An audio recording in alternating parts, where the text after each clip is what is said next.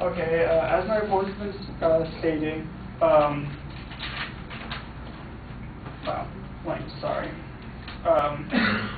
the don't ask, don't tell policy cannot actually ask about a person's sexual orientation. That is true. And but the thing that they fail to mention is they cannot actually discharge a service member without clear and irrefutable proof. The don't ask, don't tell law actually prohibits anyone who demonstrates a propensity or intent to engage in homosexual acts from serving in the armed forces. That is by definition by the law as it goes. So the homosexuals themselves can serve. As long as they don't say anything, they're fine.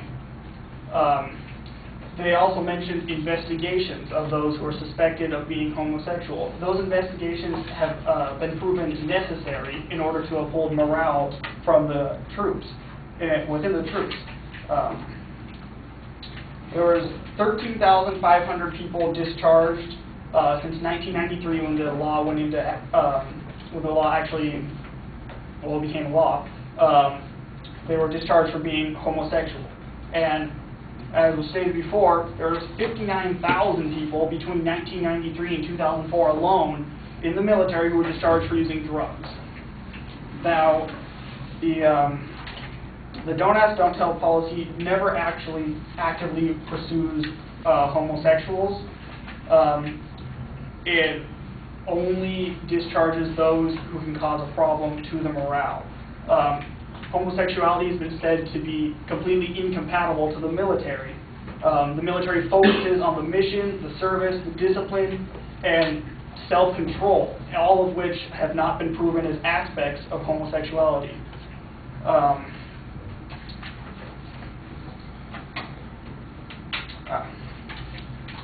Homosexuals in the military actually create a risk to the high sense of morale and order that is upheld and well known through the United States military. There's also the cohesion that my partner mentioned, that it's the trust between each member of the military. You trust the guy next to you not to run. Some things along those lines. The military has been discriminating for over 200 years, and not one person has the right to actually serve in the military. They discriminate based on a variety of characteristics, physical endurance and things like that, but they do it only to form the best possible fighting force.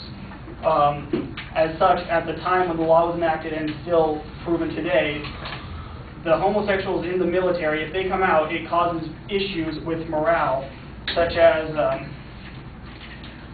in the military, you're forced to live in close quarters and together, and it impinges on the privacy rights of the heterosexuals, because now as women have their own barracks and such, so now would you need to house the homosexuals in their own barracks not to create a problem with the men, and then you also have the same problem if there's homosexual women, so now you have 4 sexes in the military.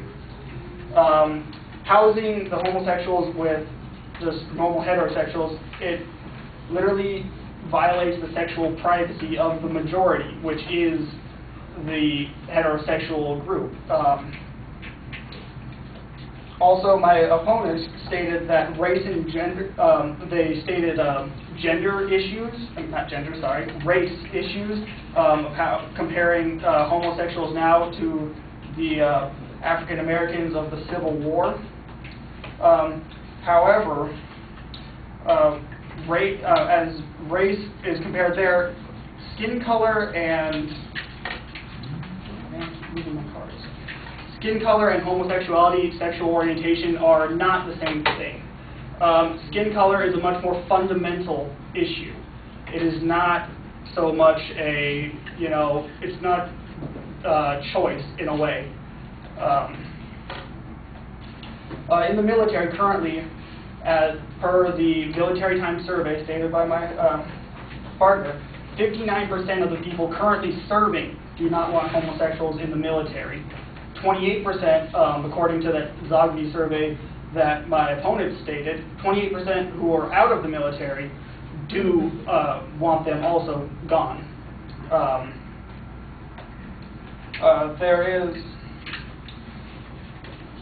There's one other major factor that the homosexuals in the military can create. They can create sexual tension, literally, which also leads back to the privacy issue.